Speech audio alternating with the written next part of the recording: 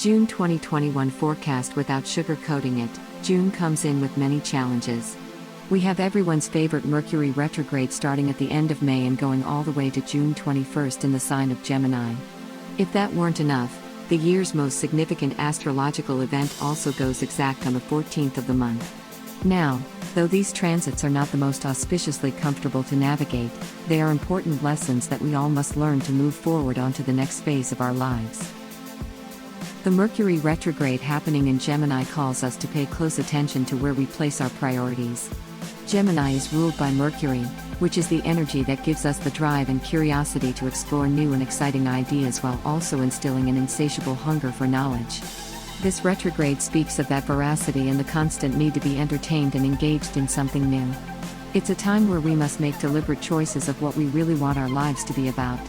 When we try to juggle everything at once, we miss out on understanding the depth of each thing we do. As a consequence of this careless haste to get things done, we end up leaving things half done or only learning half the lesson life is presenting us with. Instead of seeing this as a time of inconveniences, look at it as an invitation to decide what you need to let go of to allow the space for your ideas to mature and be made manifest.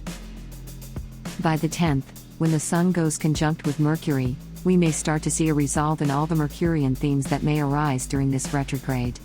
This is an auspicious time to meditate on how the Gemini energy has affected your life so far, especially if you have any planets in the sign in your natal chart. A few things the sign stands for are contradictions, flexibility, and curiosity. Ask yourself, have I been adaptable or stiff? Or perhaps have I been bored or curious? These are all questions that can be answered through this retrograde period. Saturn, who will be square with Uranus for the whole month, is also retrograde. However, the planet comes asking many more different questions. Happening in the sign of Aquarius, this retrograde speaks on the barriers we create around ourselves to protect us from each other. There would be no such thing as enemies in an ideal world. Still, now and then, we come across people that we just seem to not get along with, no matter how hard we try. But here's the catch. This Saturn retrograde challenges us on the necessity of creating those barriers. The planet asks us if we are sure of our reasons to mistrust each other or if those are illusory and are coming from a place of fear. This by no means says that there is no such thing as enemies, but it forces us to stop and ask if maybe we're too rigid. This transit is here to determine who is us and who is the them in all the us versus them scenarios of our lives. This is especially important when we consider the square with Uranus. This aspect speaks of the breaking of boundaries and powers that keep us down. Uranus' rebellious nature seeks to break free from any form of oppression that stalls us from reaching our most tremendous potential. With that in mind, we have to be careful with who we other since we don't want to push away any potential allies misbelieving them to be oppressors. The lunar cycle of the month starts with the new moon in Gemini happening on the 10th. This cycle is critical because it marks the end of a 6-month-long eclipse cycle. This journey started back in November of last year with the full moon eclipse in Gemini on the 30th of the month. At this time, significant transformation themes that started at the end of last year will come to a culmination. It is essential to pay attention to what house this eclipse will happen in your birth chart to get a sense of what area of your life needs some extra attention at the moment.